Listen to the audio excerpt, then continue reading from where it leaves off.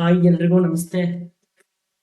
ತಮ್ಮೆಲ್ಲರಿಗೂ ಕೂಡ ಸ್ಪರ್ಧಾಚೇತನ ಯೂಟ್ಯೂಬ್ ಚಾನಲ್ಗೆ ತಮ್ಮೆಲ್ಲರಿಗೂ ಕೂಡ ಆತ್ಮೀಯ ಸ್ವಾಗತ ಸುಸ್ವಾಗತ. ನಾನು ನಿಮ್ಮ ಆನಂದ್ ಸರ್. ಪ್ರತಿನಿತ್ಯನೂ ಕೂಡ ನಾನು ನಮ್ಮ ಸ್ಪರ್ಧಾಚೇತನ ಅಕಾಡೆಮಿಗೆ ಸಂಬಂಧಪಟ್ಟಂತೆ ಮತ್ತು ನನ್ನ ಪುಸ್ತಕ ಏನಿದೆ ಭೂಗೋಳ ಚೇತನ ಎನ್ನುವಂಥ ಪುಸ್ತಕ ಏನಿದೆ ಆ ಪುಸ್ತಕದ ಅಡಿಯಲ್ಲಿ ನಿಮಗೆ ಪ್ರತಿನಿತ್ಯವೂ ಕೂಡ ಸುಮಾರು ಕ್ವಶನ್ಸ್ಗಳ ಬಗ್ಗೆ ನಾನು ಚರ್ಚೆ ಮಾಡ್ತಾ ಹೋಗ್ತಾ ಇದ್ದೀನಿ.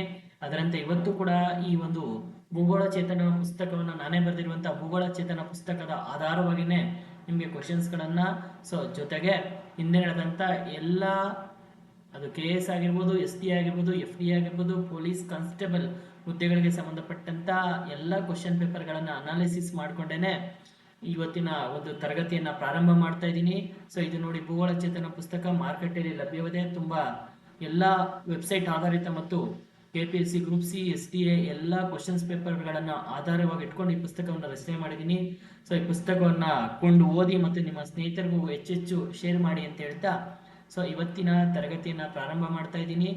ತರಗತಿಯನ್ನ ಪ್ರಾರಂಭ ಮಾಡೋದಕ್ಕಿಂತ ಮುಂಚೆ ನೋಡಿ ಸ್ನೇಹಿತರೆ, ಇದು ಸ್ಪರ್ಧಾಚೇತನ ಅಕಾಡೆಮಿ. ಈ ಅಕಾಡೆಮಿಯಲ್ಲಿ PSI FTA STA ಗೆ ಸಂಬಂಧಪಟ್ಟಂತೆ 16ನೇ ತಾರೀಕಿಂದ ತರಗತಿಗಳು ಪ್ರಾರಂಭ ಆಗಿದ್ದಾವೆ. ಹಾಗಾಗಿ ಈ ಒಂದು ನಮ್ಮ ತರಬೇತಿ ಸಂಸ್ಥೆಯ ವಿಶೇಷತೆಗಳೇನಪ್ಪ ಅಂದ್ರೆ ಕನ್ನಡ ಮತ್ತು ಇಂಗ್ಲಿಷ್ ನಲ್ಲಿ ತರಗತಿಯನ್ನ ಬೋಧನೆ ಮಾಡಲಾಗುತ್ತೆ. ಪ್ರತಿ ವಾರಾಂತ್ಯದಲ್ಲಿ ಉಚಿತ ಪರೀಕ್ಷೆಗಳ ಸರಣಿ ಇರುತ್ತೆ ಮತ್ತು ಅನುಭವಿ ನುರಿತ ತಜ್ಞರಿಂದ ವಿಷಯವಾರು ಬೋಧನೆಯನ್ನು ಮಾಡಲಾಗುತ್ತೆ. ವಿಶೇಷ ಸೂಚನೆ ಏನಪ್ಪಾ ಅಂದ್ರೆ ಅಧ್ಯಯನ ಸಾಮಗ್ರಿಗಳನ್ನ ಉಚಿತವಾಗಿ ಕೂಡ ನಮ್ಮ ಸಂಸ್ಥೆಯಿಂದ ನೀಡಲಾಗ್ತಾ ಇದೆ.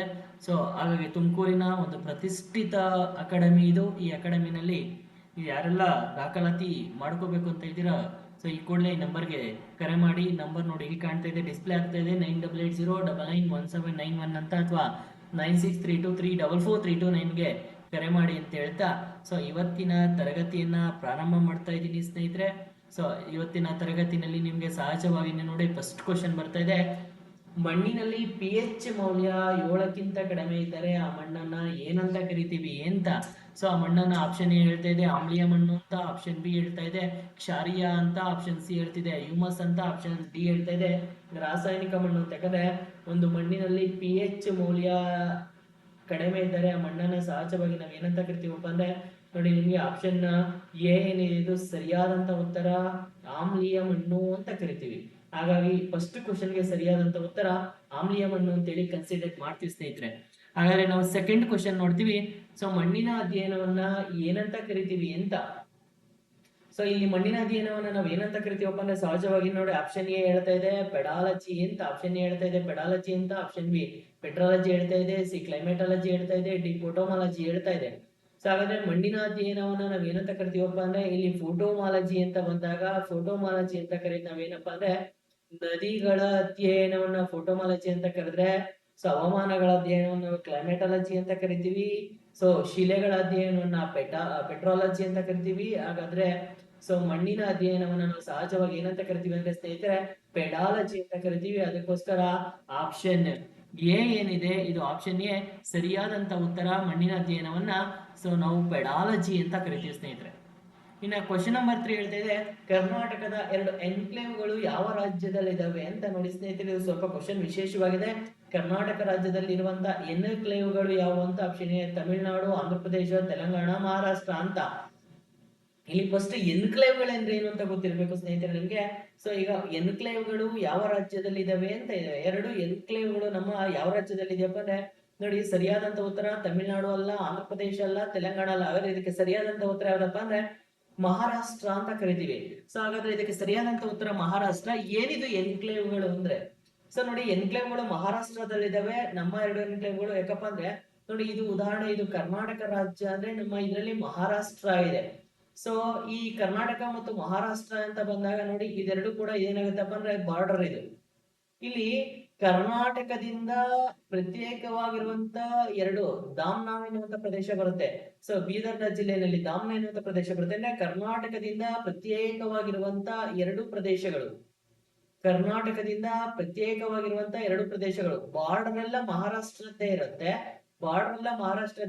ಮಹಾರಾಷ್ಟ್ರದ ಗಡಿಯ ಒಳಗಡೆ ಇರುವಂತ 2 ಪ್ರದೇಶಗಳನ್ನ ಅರ್ಥ ಆಯ್ತಲ್ಲ, 2 ಪ್ರದೇಶಗಳನ್ನ ನಾವ್ ಏನಂತ ಕರಿತೀವಪ್ಪ ಅಂದ್ರೆ ಎನ್ಕ್ಲೇವ್ಗಳು ಅಂತ ಕರಿತೀವಿ. ಅಂದ್ರೆ ಸಂಪೂರ್ಣವಾಗಿ ಕರ್ನಾಟಕದಿಂದ ಪ್ರತ್ಯೇಕವಾಗಿ ಮಹಾರಾಷ್ಟ್ರದ ರಾಜ್ಯದ ಒಳಗೆ ವಿಸ್ತರಿತವಾಗಿರುವಂತಹ ಕರ್ನಾಟಕದ ಪ್ರದೇಶಗಳನ್ನ ನಾವು ಎನ್ಕ್ಲೇವ್ಗಳಂತ ಕರಿತೀವಿ. 2 ಎನ್ಕ್ಲೇವ್ಗಳು ಪ್ರಮುಖವಾಗಿ ನಮ್ಗೆ ಮಹಾರಾಷ್ಟ್ರದಲ್ಲಿದ್ದಾವೆ. ಅದಕ್ಕೋಸ್ಕರ ಕ್ವಶನ್ ನಂಬರ್ 3 ಗೆ ಸರಿಯಾದಂತ ಉತ್ತರ ಮಹಾರಾಷ್ಟ್ರ ಅಂತ ಹೇಳಿ ಕನ್ಸಿಡರ್ ಮಾಡ್ತೀವಿ ಸ್ನೇಹಿತರೆ.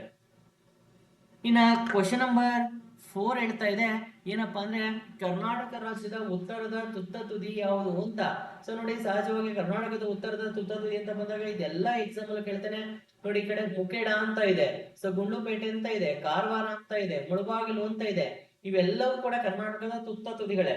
ಈಗ ಉದಾಹರಣೆ ಮುಳಬಾಗಿಲು ಅಂತ ಬಂದಾಗ ಇದು ಕೋಲಾರ ಜಿಲ್ಲೆನಲ್ಲಿದೆ. ಇದು ಕೋಲಾರ ಜಿಲ್ಲೆ ಅಂತ ಬಂದಾಗ ಇದು ಕರ್ನಾಟಕದ ಪೂರ್ವದ ಕೊನೆಯ ಪಾಯಿಂಟ್. ಇನ್ನ ಕಾರವಾರ ಅಂತ ಬಂದಾಗ ಇದು ಉತ್ತರ ಕನ್ನಡದಲ್ಲಿದೆ. ಉತ್ತರ ಕನ್ನಡದ ಕಾರವಾರ ಅನ್ನೋದು ಕರ್ನಾಟಕದ ಪಶ್ಚಿಮದ ಕೊನೆಯ ಭಾಗ. ಇನ್ನ ಗುಂಡ್ಲುಪೇಟೆ ಅಂತ ಬಂದಾಗ ಇದು ಚಾಮರಾಜನಗರ ಜಿಲ್ಲೆ ಇದೆ, ಕರ್ನಾಟಕದ ದಕ್ಷಿಣದ ಕೊನೆಯ ಪಾಯಿಂಟ್ ಯಾವ್ದಪ್ಪ ಅಂದ್ರೆ ಗುಂಡ್ಲುಪೇಟೆ ಅಂತ. ಇನ್ನ ಆಪ್ಷನ್ ಎ ಹೇಳ್ತಾ ಇದೆ ಬೀದರ್ ಜಿಲ್ಲೆಯಲ್ಲಿ ಬರುತ್ತೆ ಮುಖೇಡ ಅಂತ. ಯಾವ್ದದು? ಮುಖೇಡ ಅಂತ. ಅದಕ್ಕೋಸ್ಕರ ಕರ್ನಾಟಕ ರಾಜ್ಯದ ಉತ್ತರದ ತುತ್ತ ತುದಿ ಯಾವ್ದು ಅಂತ ಹೇಳಿದಾಗ ಸರಿಯಾದಂತ ಉತ್ತರ ಆಪ್ಷನ್ ಎ ಮುಖೇಡ ಅಂತ.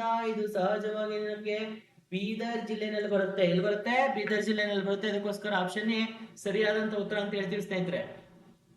ಇನ್ನು ಕ್ವಶನ್ ನಂಬರ್ 5 ಹೇಳ್ತಾ ಇದೆ ಕರ್ನಾಟಕ ರಾಜ್ಯದ ಎತ್ತರವಾದಂತಹ ಶಿಖರ ಯಾವುದು ಅಂತ.